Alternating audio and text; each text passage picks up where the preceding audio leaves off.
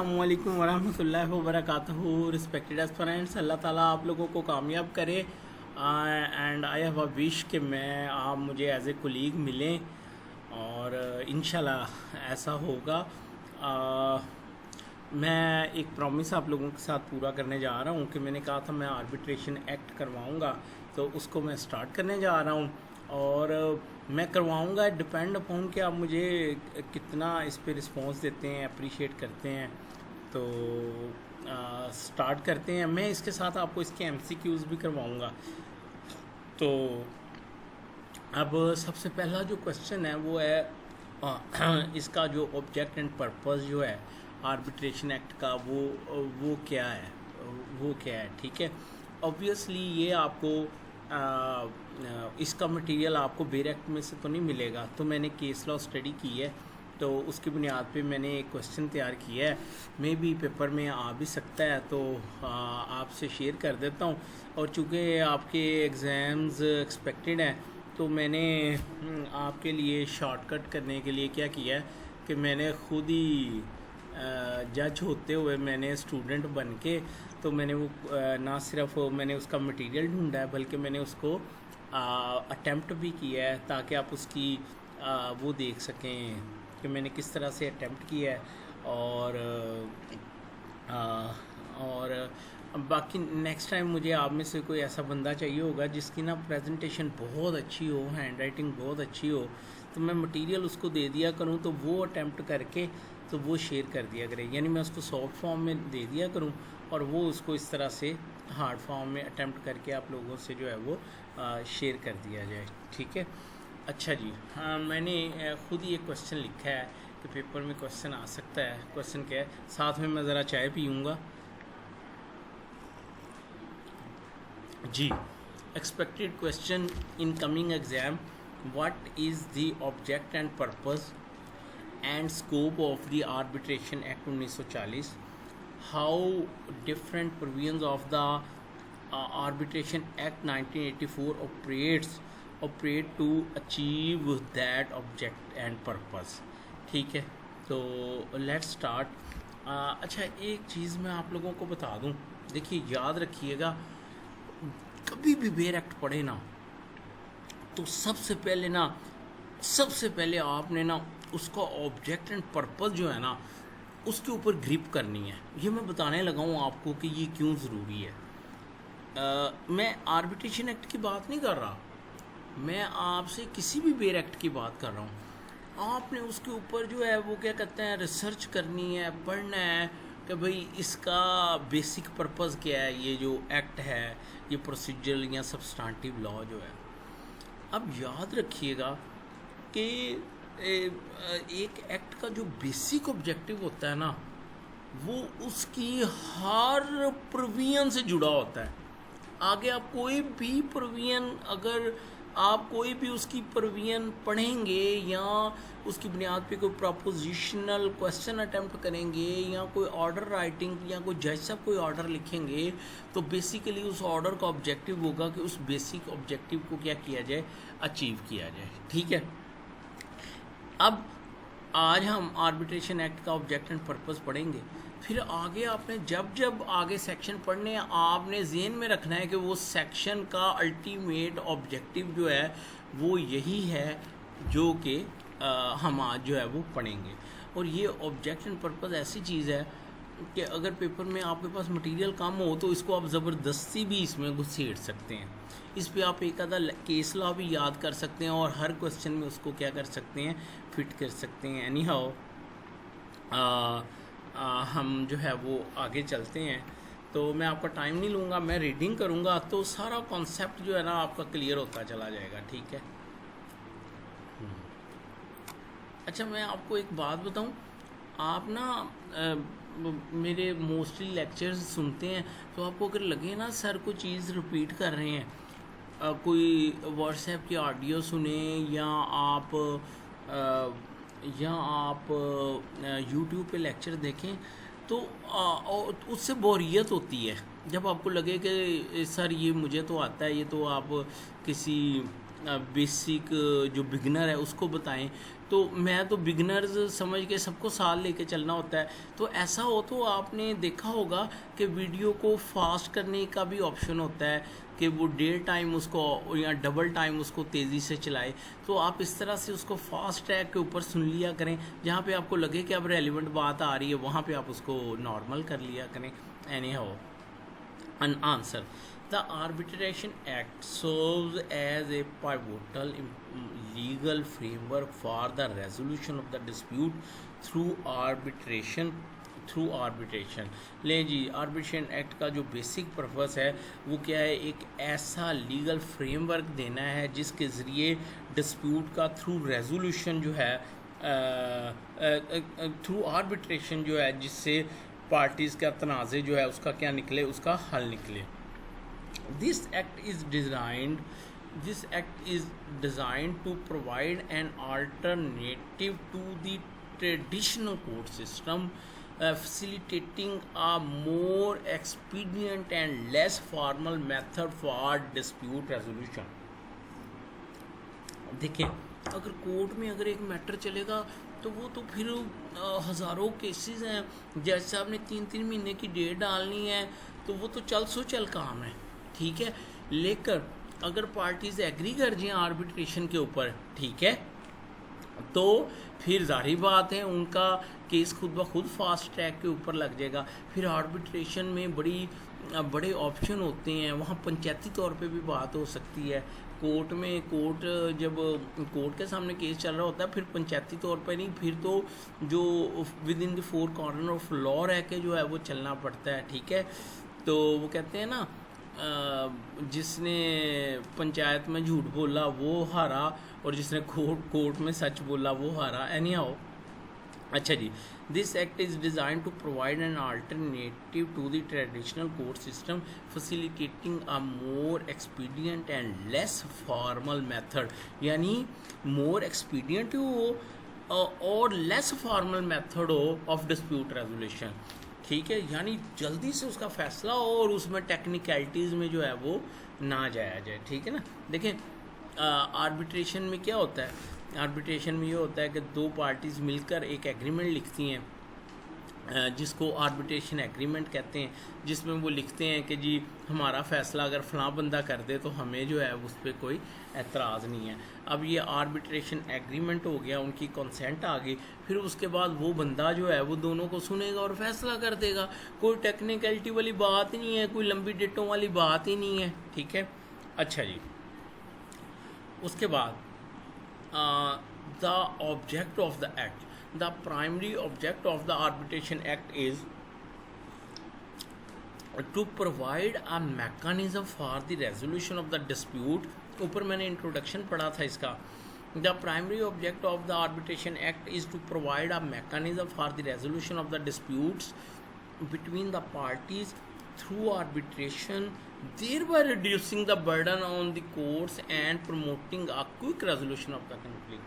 इससे क्या होगा, कोर्ट्स के ऊपर बर्डन भी कम होगा, बजाय इसके कि जो केस कोर्ट में आना है वही केस जो है वो आर्बिट्रेशन के तहत कोई तीसरा बंदा जज बन के, आर्बिट्रेटर बन के, रेफरी बन के, एम्पायर बन के उसका फैसला कर दे। इंशाल्लाह हम ये भी सारी टर्म जो है इनको डिस्कस करेंगे। अच्छा जी,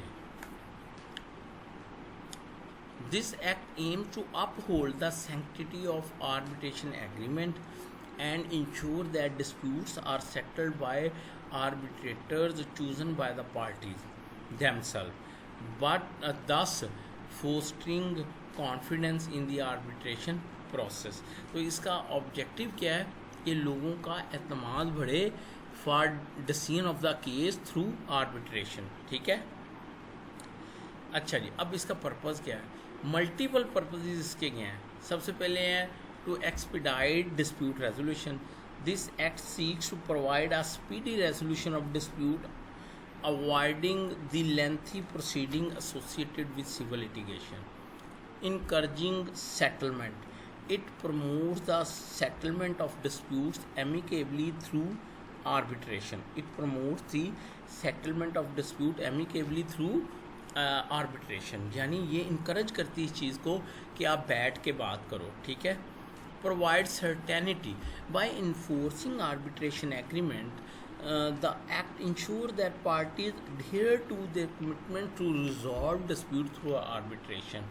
तो इसका पर्पस एक्ट का ये है कि वंस पार्टीज़ ने जब एग्री कर लिया कि हम अपना फ़ैसला थ्रू आर्बिट्रेशन करवाएंगे, तो फिर इस एक्ट का जो ऑब्जेक्ट एंड पर्पस है वो ये है कि वो पार्टीज़ को बांध के रखे इस बात से कि अब जो तुमने कॉन्सेंट दी है अब उसको आप उसके पाबंद हैं और थ्रू आर्बिट्रेशन जो फैसला होगा आप उसके पाबंद हैं। अच्छा, different provisions of the act collecting achieving the object and purpose. अच्छा, अब आपको पता चल गया कि इसका जो पर्पस है to decide the case expeditiously through arbitration rather than through court. ठीक है, अब जितनी भी आगे हम प्रोविजन पढ़ेंगे वो सारी की सारी किससे डील करेंगी, वो इसी ऑब्जेक्ट एंड पर्पस को अचीव करने में आपको कोशिश करती जो है वो आपको नज़र आएंगी। अच्छा जी, अब डिफरेंट प्रोविजंस कौन सी हैं? मसलन आर्बिट्रेशन एग्रीमेंट है। अच्छा, मैं आपको थोड़ा सा कहानी की सूरत में बता दूं कि आर्बिट्रेशन में क्या होता है। आर्बिट्रेशन में ये होता है कि सबसे पहले पार्टीज़ एक दूसरे से कॉन्सेंट के साथ एक कॉन्ट्रैक्ट करती हैं, एक एग्रीमेंट लिखती हैं कि भाई ठीक है, अगर हमारा फ़ैसला थ्रू आर्बिट्रेशन हो जाए तो हमें कोई एतराज़ नहीं है। इस चीज़ को बोलते हैं आर्बिट्रेशन एग्रीमेंट। क्या होता है? Arbitration agreement. अच्छा, उसके बाद फिर डिफरेंट मोड्स हैं कि उसमें ये तय होता है कि भाई फ़लाँ बंदा हमारा फ़ैसला कर दे, या उसमें ये होता है कि जी एक बंदा ये पार्टी देगी, दूसरा बंदा ये पार्टी देगी, ठीक है, और या दो बंदे ये देगी और दो बंदे ये पार्टी देगी, और उसमें मेजॉरिटी का व्यू जो है वो प्रिवेल करेगा। या उसमें इस तरह से आ जाता है कि जी अगर जो आर्बिट्रेटर है उनका भी डिसीजन अपहेल्ड रहता है, ठीक है, तो फिर फ़लाँ बंदा जो है वो अगर हमारा फ़ैसला उन आर्बिट्रेटर के कहने पे एक थर्ड बंदा अगर उसका फ़ैसला करता है, ठीक है, जिसको रेफरी या अंपायर कहेंगे, मैं इसका डिफरेंस आपको इंशाल्लाह डिटेल में बताऊंगा, तो उसके वो पाबंद हो जाएंगे। अच्छा, होगा क्या? आर्बिट्रेशन एग्रीमेंट होगा। आर्बिट्रेशन एग्रीमेंट के बाद क्या होगा कि वो अपने आर्बिट्रेटर अपॉइंट करेंगे और वो अपना डिस्प्यूट बताएंगे उसको कि हमारा इशू क्या है जिस पे आपने फ़ैसला देना है। वो जो लिख के वो उनको देंगे कि ये हमारा कन्फ्लिक्ट है, उसको बोलेंगे रेफरेंस। क्या बोलेंगे? रेफरेंस। यानी ये आप मैंडेट दे रहे हैं किसको? आर्बिट्रेटर को, कि ये हमारा डिस्प्यूट है जिसके ऊपर हम आपका क्या चाहते हैं? फ़ैसला चाहते हैं। वो आर्बिट्रेशन एग्रीमेंट में भी शामिल हो सकता है, या वो एक सेपरेट भी जो है वो एक एग्रीमेंट हो सकता है आर्बिट्रेशन एग्रीमेंट की बुनियाद पे कि ये हमारा रेफरेंस है जिसका हमने आर्बिट्रेटर से फ़ैसला करवाना है। आर्बिट्रेटर क्या करेगा? दोनों पार्टियों को सुनेगा और अगर एविडेंस चाहिए होगा एविडेंस लेगा, उसके बाद वो अपना फ़ैसला जारी कर देगा। जो फ़ैसला वो जारी कर देगा उसको कहते हैं अवॉर्ड। क्या कहते हैं? अवॉर्ड। ठीक है, अब दोनों पार्टियां उस फैसले की क्या होंगी? पाबंद होंगी। अगर कोई पार्टी वायलेट करेगी तो दूसरे पार्टी के पास राइट होगा कि वो कोर्ट में 30 दिन में आके एप्लीकेशन दे कि ये हमने आर्बिट्रेशन एग्रीमेंट किया था, उसके तहत इस बंदे को हमने आर्बिट्रेटर अपॉइंट किया था, इस डेट को इसने जो है वो फ़ैसला दे दिया है, अवार्ड जारी कर दिया है, अब ये पार्टी मानने से इनकारी है तो मैं कोर्ट के अंदर आया हूँ, इसको रूल ऑफ द कोर्ट बनाए। ठीक है, रूल ऑफ द कोर्ट से मुराद एक डिक्री हो जाएगी और फिर कोर्ट उसके ऊपर क्या करवाएगी? इम्प्लीमेंटेशन करवाएगी। यानी कहने का मतलब ये है, एक दफ़ा पार्टियों ने अगर हाँ कर दी तो फिर वो उससे पीछे नहीं हट सकते। ठीक है, अच्छा जी, अब यही इसके सेलिएंट कुछ प्रोविजंस हैं जो मैंने बताया है, जो कि वो ऑब्जेक्ट एंड पर्पस है to decide the case expeditiously by resolution of the dispute through arbitration. उसके लिए कौन कौन से आर्बिट्रेशन एग्रीमेंट होता है, अपॉइंटमेंट ऑफ रेप, आप इसको थोड़ा सा जैसे जैसे हम पढ़ेंगे आप थोड़ा सा इसको depending upon the available time आप इसको थोड़ा सा एक्सपेंड भी कर सकते हैं। आर्बिट्रेशन एग्रीमेंट होगा, अपॉइंटमेंट ऑफ आर्बिट्रेटर होगा, फिर उनकी पावर्स होंगी, वो सेक्शन 14 से 17 डील करता है। इन्फोर्समेंट ऑफ अवार्ड कैसे होगा और कोर्ट किस हद तक इंटरवेंशन कर सकती है। तो अब आपने देखा है बेसिकली उसका एक ऑब्जेक्ट एंड पर्पस था और बाकी सारा आर्बिट्रेशन एक्ट जो है वो उसकी जो प्रोविजंस हैं वो किस सिलसिले में काम कर रही हैं, वो प्रोसीजर और प्रोवाइड कर रही हैं जिसके ज़रिए उसको क्या किया जाए, उसको उस ऑब्जेक्टिव को अचीव किया जाए। अच्छा जी, mechanism to achieve the object and purpose under the act, वही मैंने डायग्राम के ज़रिए फ्लो चार्ट बनाया है। एक स्टार्ट होता है, डिस्प्यूट अराइज होता है और उनके दरमियान एक एग्रीमेंट होता है, आर्बिट्रेशन एग्रीमेंट होता है कि चलो आर्बिट्रेशन के थ्रू फैसला करवा लेते हैं। अच्छा ये चीज़ तो आपको बेसिक समझ आ गई ना कि without consent of the other party आप आर्बिट्रेशन में नहीं जा सकते। लेकिन वंस जो है वो पार्टी ने साइन कर दिए कि हाँ थ्रू आर्बिट्रेशन जो है वो हम फैसला करवाएंगे, तो फिर कोर्ट भी नहीं सुनेगा। कोर्ट कहेगा पहले आर्बिट्रेशन में जाओ, उसका जो फैसला होगा अगर तुम उससे अग्रीड हुए तो मेरे पास आना। अच्छा जी, उसके बाद है उस आर्बिट्रेशन एग्रीमेंट के तहत क्या होगा, आर्बिट्रेटर अपॉइंट होंगे, आर्बिट्रेशन प्रोसीडिंग होगी, अवार्ड जारी होगा और फिर उस अवार्ड की क्या होगी, वो इन्फोर्समेंट होगी और इस तरह से डिस्प्यूट का क्या हो जाएगा, वो एंड हो जाएगा। तो ये सारा आर्बिट्रेशन एक्ट आपको समझ आ गया, ठीक है। आगे चल के ना आप देखिएगा कि हम इसकी रेलिवेंट प्रोविजंस भी पढ़ेंगे। अभी तो आपने फ्लो चार्ट देखा है ना, आगे हमने पढ़नी ये चीज़ें हैं। अच्छा जी, स्कोप ऑफ द एक्ट अब बड़ा इम्पोर्टेंट है कि किस हद तक ये एक्ट जो है वो अप्लाई कर सकता है। सबसे पहले है domestic arbitration. The arbitration act 1940 primarily govern domestic arbitration. एक होता है इंटरनेशनल डिस्प्यूट, उसके ऊपर ये अप्लाई नहीं करता। Where parties are from the Pakistan and the arbitration take place within the country. अच्छा, the act provides a comprehensive framework for resolution for resolving dispute arising from commercial contracts, partnership and other civil matters. लेकिन within Pakistan इसका scope, इसकी limit क्या है कि domestic disputes के लिए ये है international arbitration. The honourable supreme court of Pakistan recently held that opposed to the 18th amendment to the constitution, the act is not applicable to the international arbitration which is now governed by the recognition and enforcement arbitration agreement of foreign arbitral awards act 2011। ले जी, अगर international dispute है कोई तो फिर कौन सा चलेगा, कौन सा अप्लाई करेगा law, recognition and enforcement arbitration agreement and foreign arbitral award act 2011। लेकिन अगर डोमेस्टिक होगा तो फिर कौन सा चलेगा, फिर आर्बिट्रेशन एक्ट अप्लाई करेगा। अच्छा जी, उसके बाद है कहता है judicial review. While the act allows for limited judicial review of arbitration awards, courts are generally reluctant to interfere with the decision of the arbitrators provided the awards are made in accordance with the law and the arbitration agreement। देखिए court सिर्फ, सबसे पहले court interference नहीं करेगी arbitration proceeding में। Even अगर court में कोई आएगा तो भी कोर्ट कहेगी कि बताओ उसमें क्या इलीगैलिटी है। ऐसे नहीं हो सकता कि पार्टी कहे जी मैंने गलती से कंसेंट दे दी थी, आर्बिट्रेशन के थ्रू फैसला हो जाए तो अब मेरा दिल नहीं मानता। नो। हाँ, अगर वो कोई बताए कि इसमें इलीगैलिटी है, फ्रॉड है, तो फिर कोर्ट हो सकता है उस अवार्ड को सेट असाइड कर दे।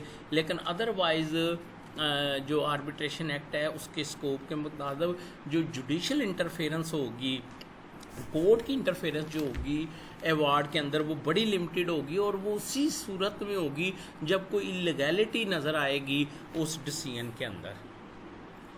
लो जी, अब ये जो मैंने इलस्ट्रेशन लिखी है ना, ये पूरा ना आर्बिट्रेशन एक्ट कवर करेगी। कहता a construction company enters into a contract with the government agency for a project the contract includes N arbitration clause stipulated, ये एग्रीमेंट आ गया, that any dispute arising from the contract will be resolved through arbitration. When a dispute arises regarding payment, the construction company invoke the arbitration clause. The parties appointed arbitrators who hear the case and issue an award. If the government agency refuses to pay the award amount, the construction company can approach the court to enforce the award under section 14 of the Arbitration Act. जज़ाकल्लाह. मैंने आपको object and purpose पढ़ाया है. Comment कीजिएगा, मुझे बताइएगा, और मैं ये भी आपके साथ PDF में शेयर करता हूँ ये जो अटैम्प्ट है. जज़ाकल्लाह, बहुत शुक्रिया.